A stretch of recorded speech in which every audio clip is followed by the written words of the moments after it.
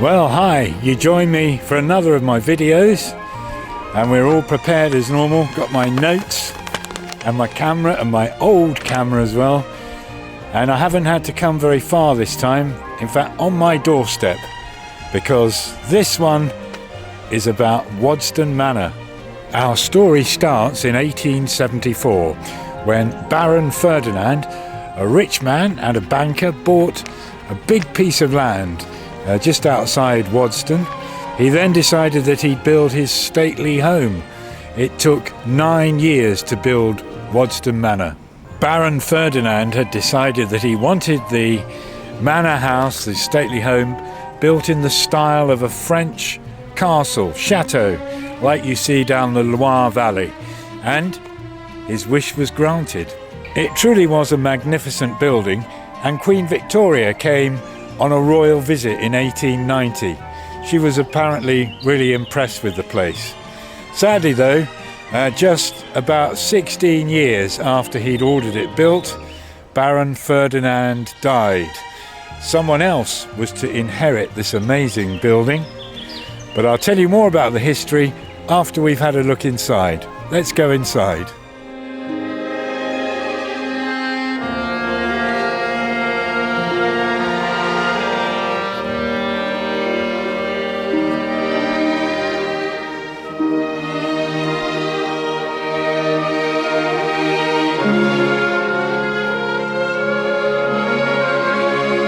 So I'm about to go into the dining room now that looks absolutely stunning, as you'll see from these pictures. Just amazing. The table laid out looks fantastic.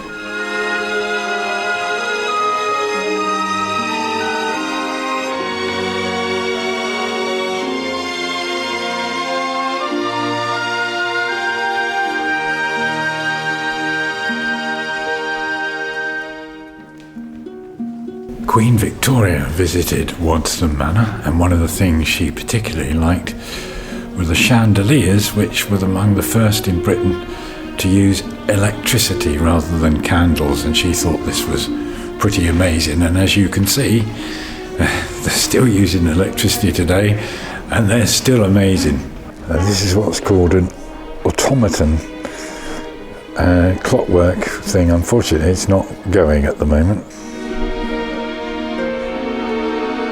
The paintings are obviously stunning, but it's quite hard to take them because I can't step back enough to get them all in, but there are many, many of them. The problem is, I think I was a bit spoilt by Blenheim Palace. It's not quite as magnificent as Blenheim, but it's still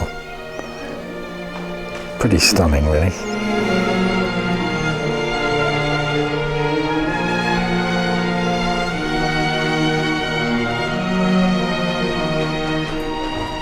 I must say the old Baron liked a clock. There's lots and lots of clocks. Here's one of the most spectacular ones though. Oh, and there of course we have an armchair. Looks like one of those you can push back to watch TV. For reasons I don't understand, they seem to have writing desks everywhere. I've seen about 9 or 10, I think. Obviously they didn't really fancy email.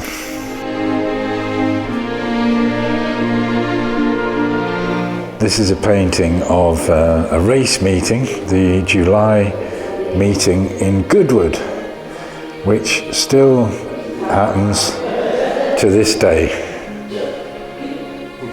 I should know, really, shouldn't I?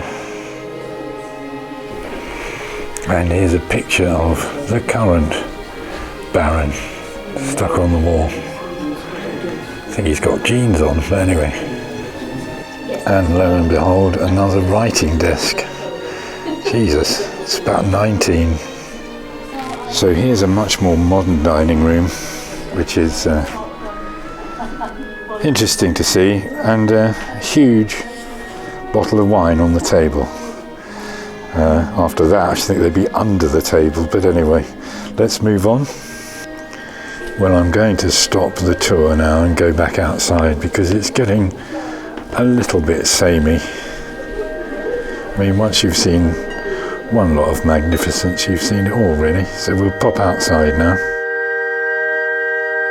Well, amazing to see inside. So a little bit more history. In 1898, Baron Ferdinand, the man who'd built Waddesdon Manor, died, and it passed by inheritance to his sister Alice Rothschild, and it's been in the Rothschild family ever since. The Rothschilds are well known as a very rich family with banking roots and even members of parliament in their family. And they had quite an effect on the village where I lived, because they built many cottages and houses for the people who worked on the estate here at Waddesdon Manor. And I can show you some of the little cottages and houses that they built for their workers, which still exist in my village today. We'll have a little look at those. So here I am in my village of Waddesdon, and we've left the manor for just a bit because I wanted to show you how the history of Waddesdon Manor has spilled over, if you like, into where I live. It's actually quite noisy at this time, although it's a lovely little village. It's on a main road and we're sort of in rush hour, so it's the only part I don't like. At this time of day it gets really busy, as you can see, with traffic streaming through, although I live off the main road, so it doesn't affect me so much. So let's take a little walk up the road to the first building we're going to have a look at that has got definite and distinct ties to Waddesdon Manor and the Rothschild family, who took over Waddesdon Manor. And before we get there, I'll just put up on screen their coat of arms, the family coat of arms. They were a great banking family, and their coat of arms shows a shield and 5 arrows pointing up, and the arrows represent the sons being sent out to 5 financial capitals in Europe to establish banking houses. And I can't remember where they all were now. London, Paris, Rome, and 2 more. So that's what the arrows represent, 5 of them on the coat of arms. So it doesn't take me very long to find the first building that's linked with Waddesdon Manor. You remember the manor was started in 1874. This building was built soon afterwards. Nowadays it's a very fine hotel, but in the 1870s it was built for one specific purpose: to house all the architects and craftsmen and surveyors and supervisors building Waddesdon Manor. So anyone involved with the building of it, at least the more skillful workers, were housed in this magnificent building. So it shows you what a big project building Waddesdon Manor was. They built a lovely building just so the people who were building it could live in it. And if you wanted any more proof, there's that Rothschild coat of arms outside the hotel. So the Rothschild family were major benefactors to the residents of Waddesdon. And yes, they were a very wealthy family, but the amount they contributed to the village, huge. Here I'm standing outside the town hall, another Rothschild gift to the village, and a little bit further down the road these almshouses, houses for the poor to live in, again a Rothschild donation to the village of Waddesdon. But by far my favourite are the cottages which they built for the ordinary workers who worked on Waddesdon Manor. And if you remember, the manor was finished in about 1888. So what we're looking for are cottages in the village that are dated just after that, around the time that workers would have gone to work on the estate. And it's not hard at all to find them.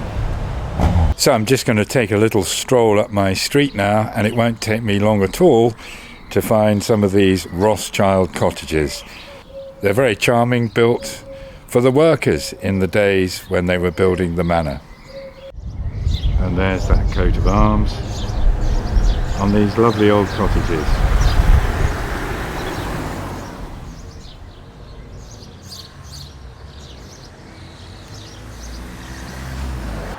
I'm sure you can just see the coat of arms there, and the cottage is absolutely lovely as well.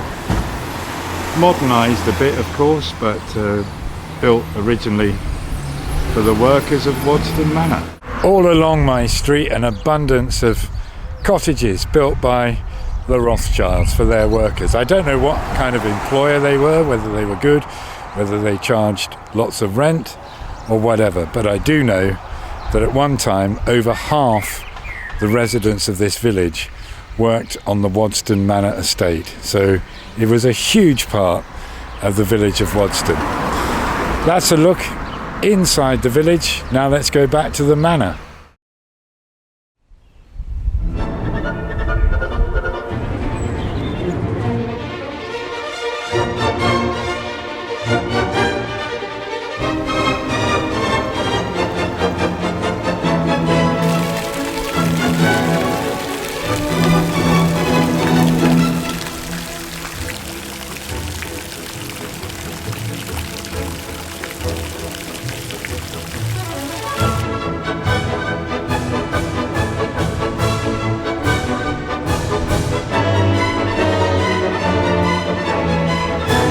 So I hope you've enjoyed today's video, pretty much on home territory.